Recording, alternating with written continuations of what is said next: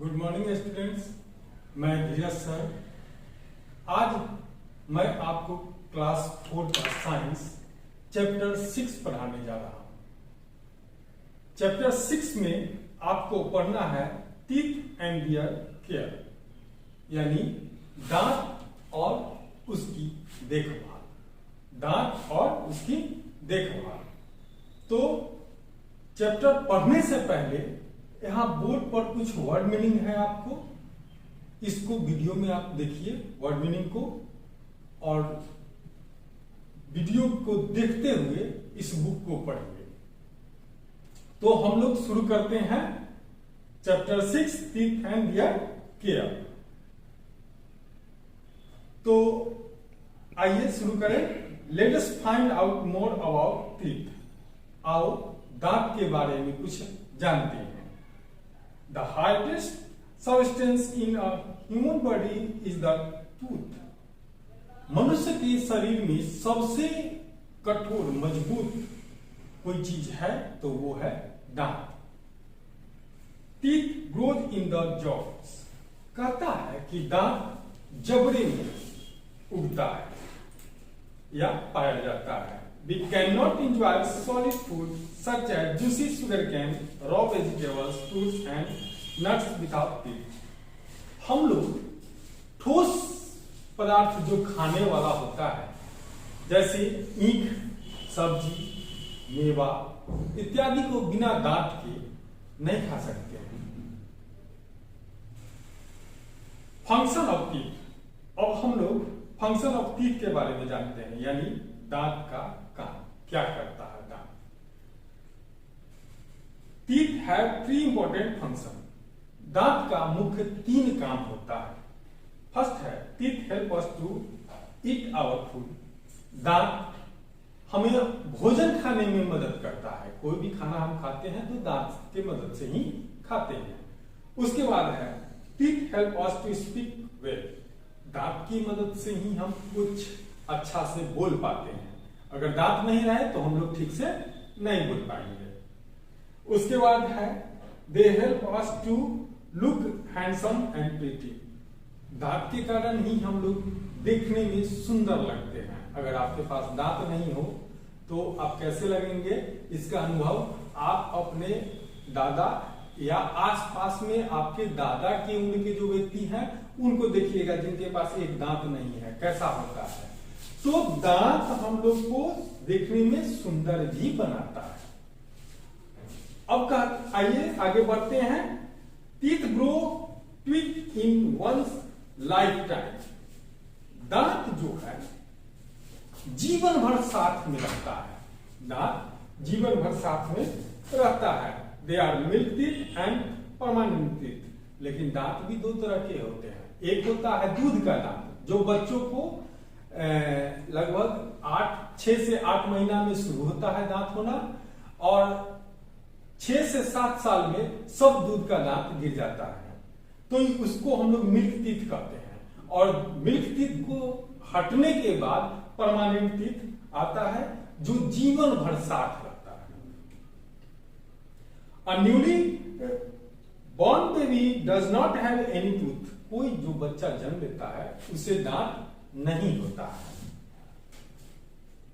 When the baby is 6 to 7 months old, teeth begin to appear. अभी हम बताए हैं कि बच्चा जब 6 से 7 महीना का होता है तब उसको दांत निकलना शुरू होता है। उसके बाद है teeth begin to appear. By the age of 3 years, the child has a set of 20 teeth. 3 साल के बच्चे को 20 दांत हो जाता है। This set of teeth is called milk or temporary teeth. इस दांत को हम लोग दूध का दांत भी बोलते हैं। Milk teeth started to drop out when the child is about 6 years old and she gets new set called the permanent teeth. जब वो बच्चा 6-7 साल का होने लगता है तो दूध का दांत एक एक करके गिरने लगता है और उसके जगह पर परमानेंट दांत आने लगता है। The permanent teeth are 32 numbers, और रूट का दांत समाप्त होने के बाद जो परमानेंट दांत होता है वह संख्या में 32 होता है, 32 दांत होता है permanent. There are 6 in upper and 16 in the upper jaw and 16 in the lower jaw। 16 दांत ऊपरी जबड़ा में और 16 दांत निचली जबड़ा में होता है। All human beings have same number of teeth is 32। जितने भी मनुष्य हैं सभी को 32 दांत ही होते हैं। अब आते हैं स्ट्रक्चर ऑफ टूथ, दांत की जो बनावट है उसके बारे में जानते हैं। The portion of tooth which is seen above the gum is called the crown. दांत जो मसूड़ा के ऊपर दिखाई देता है उसको क्राउन, एक तरह का ताज, दांत का ताज कहिए या दांत का ऊपरी भाग कहिए, कहते हैं। The portion of tooth inside the gum is called the root. और जो मसूड़ा के अंदर जो दांत होता है, दांत का वह भाग जो मसूड़ा के अंदर पाया जाता है उसको रूट यानी दांत का जड़ कहते हैं। The portion just below the crown and above the root is known as neck. और ठीक मसूड़ा से ऊपर और क्राउन यानी दांत के ऊपरी भाग से जो नीचे दांत यानी जहां निकलता है दांत मसूड़ा से बाहर, उस भाग को उसका नेक यानी गर्दन कहते हैं। माने गर्दन कहने का मतलब ये गर्दन नहीं, दांत का वह भाग जो मसूड़ा से ठीक निकलने वाला होता है, निकलता है, उसी को नेक माने टूथ ऑफ नेक, दांत कहा जाता, नेक कहा जाता है उसको, गर्दन। Our teeth are white because of the hard outer covering called enamel. हमारा दांत उजला दिखाई देता है क्योंकि उसमें एक परत होता है इनेमल। तो इनेमल के कारण ही दांत उजला दिखाई पड़ता है। Enamel covers the crown of the teeth. Enamel से ही दांत ढका होता है। It is the hardest substance in the body. और दांत पहले ही बताया गया है कि शरीर में सबसे कठोर हड्डी कहिए होता है, ये भी एक तरह का हड्डी ही है। Below the enamel lies the yellowish dentine. और दांत का जो ऊपरी उजला भाग है जिसको इनेमल कहा जाता है, उसके ठीक नीचे डेंटाइन आता है यानी दंतवल्क। आपके फिगर में भी बताया गया है कि कहां क्राउन है, कहां आपका इनेमल, गम है, नर्व्स है, ब्लड है, डेंटाइन कहां पर है। तो सब आप बुक में देख के समझ सकते हैं कि डेंटाइन कहां है। उसके बाद कहता है इनसाइड द इनेमल लाइज हाँ below the enamel lies the yellowish dentine. Dentine पढ़ लिए। Inside the blood vessels which supply nutrients to the teeth. और डेंटाइन के बाद जो है डेंटाइन, उसी से आपका ब्लड वेसल्स यानी ब्लड का जो नस होता है दांत में वो जुड़ा हुआ होता है जो ब्लड सप्लाई का काम करता है। The pulp is very soft and has blood vessels which supply nutrients to the teeth. Pulp ही का ही काम है ब्लड को दांत में ब्लड का सप्लाई करना, ये काम पल्प का है।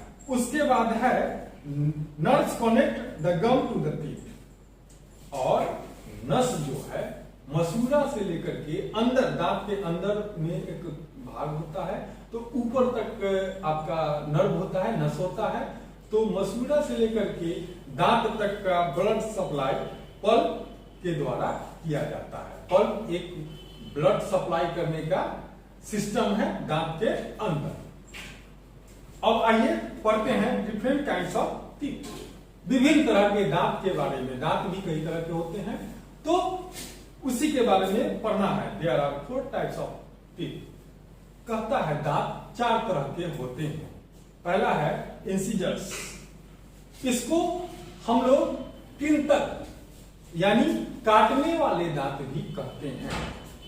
और the 4 teeth in the front in each jaw have sharp stripe edge. कहता है कि चार दांत जो होता है एकदम ठीक सामने वाले दांत को हम लोग इंसिसर्स यानी काटने वाला दांत बोलते हैं। They help us to cut और बाइट आवर फूड। ये दांत हमें भोजन को काटने में मदद करता है। These cutting teeth are called incisors। इसी को हम लोग कतरनक यानी काटने वाला दांत बोलते हैं। अब पढ़ना है कैनाइन्स यानी फाड़ने वाला। इसको कैनाइन्स का कतरनक यानी काटने फाड़ने वाला दांत भी बोला जाता है। इसके बाद on either side of the incisors are sharp pointed two teeth in each side of the jaw. कहता है कि आपका कृंतक यानी काटने वाले दांत के बाद दो इस तरफ और दो यहाँ यानी टोटल 8 दांत होते हैं, जिसका काम है फाड़ना, किसी चीज को फाड़ना, किसी भोजन को जो हम लोग करते हैं तो फाड़ने का भी काम करता है ये। तो अब कहता है these are known as canines. इसी को कतरनक दांत भी यानी काटने वाले दांत बोलते हैं। These teeth are used for tearing food। इसको भोजन को फाड़ने में प्रयोग किया जाता है। कैनाइन्स टीथ का प्रयोग भोजन को फाड़ने में किया जाता है। So they are also known as tearing teeth। इसलिए इसको फाड़ने वाला दांत भी बोला जाता है। अब पढ़ना है प्रीमोलार्स। प्रीमोलार्स यानी इसको अग्र चवर्णक दांत भी कहा जाता है। There are 4 premolars in each jaw। सभी जबड़े में 4 आपका अग्र चवर्णक दांत होता है।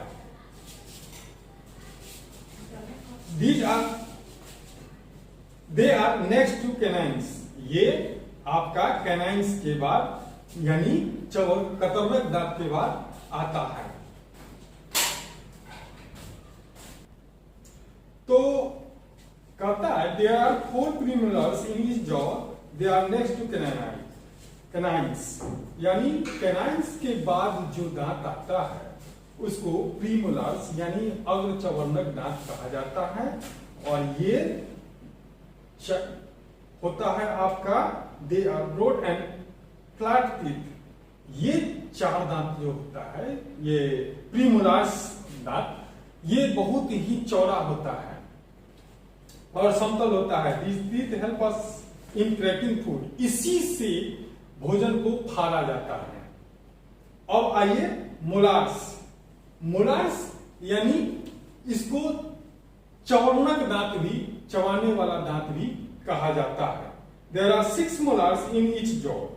कहता है कि सभी जबड़े में माने 6 मोलार्स यानी चवर्णक दांत होते हैं।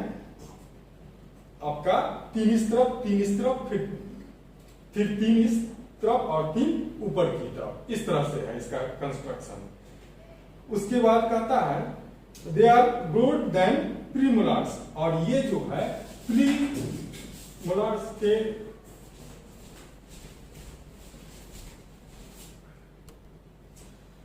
They help us greeting the food.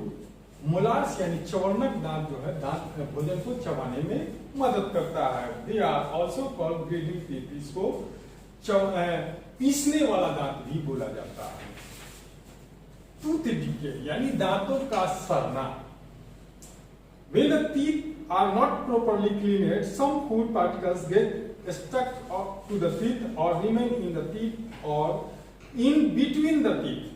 जब हम कभी कभी या कोई दांत को ठीक से साफ नहीं करता है तो कुछ भोजन के कण दांत में, दांत के बीच में फंस जाता है, रह जाता है।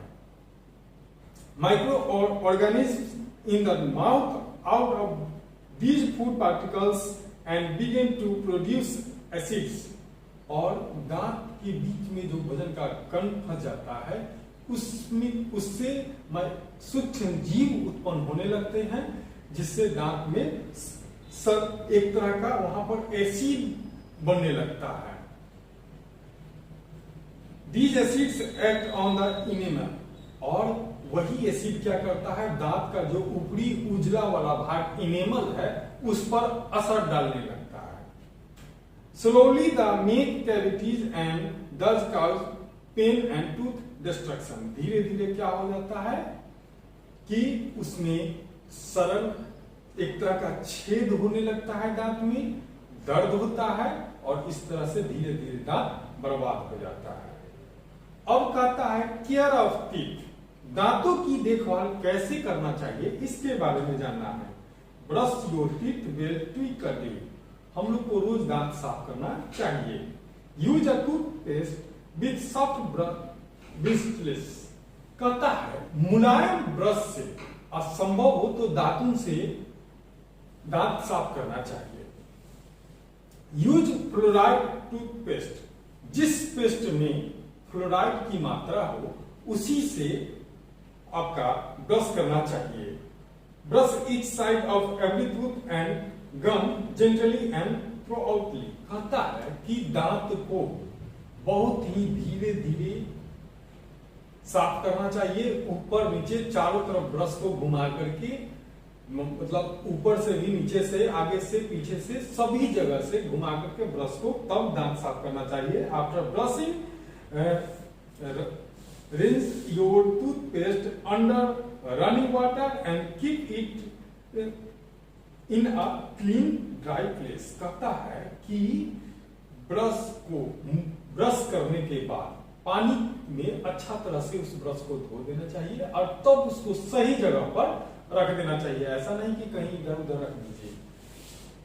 Do not share a toothpaste with other, अपना टूथब्रश दूसरे को नहीं देना चाहिए या दूसरे का ब्रश भी प्रयोग नहीं करना चाहिए।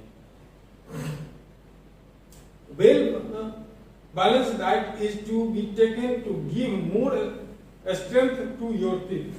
आपको अपना दांत मजबूत बनाने के लिए, चमकीला स्वस्थ बनाने के लिए बैलेंस संतुलित भोजन करना जरूरी होता है, क्योंकि संतुलित भोजन कीजिएगा तभी आपको सभी तरह के न्यूट्रिएंट्स, पोषक तत्व मिलेंगे और इससे आपका शरीर तो बनेगा ही, आपका दांत भी अच्छा रहेगा, क्योंकि दांत को भी पोषण चाहिए, इसको भी न्यूट्रिएंट्स चाहिए। Do not eat too hot और टू कोल्ड फूड, हम लोग को ज्यादा ठंडा या ज्यादा गर्म भोजन नहीं करना चाहिए। Visit your dentist if there is a problem, फिर भी अगर कोई दांत में कोई परेशानी हो जाए तो दांत के डॉक्टर से सलाह लेना चाहिए। तो बच्चों, इस तरह से आपका ये वीडियो समाप्त होता है। मुझे यकीन है कि इस वीडियो को आप देखते हुए और वर्ड मीनिंग के हेल्प से इस चैप्टर को आप अच्छा तरह से पढ़ेंगे। फिर नेक्स्ट वीडियो में इस चैप्टर का क्वेश्चन आंसर के साथ आपसे फिर मिलते हैं। तब तक के लिए धन्यवाद।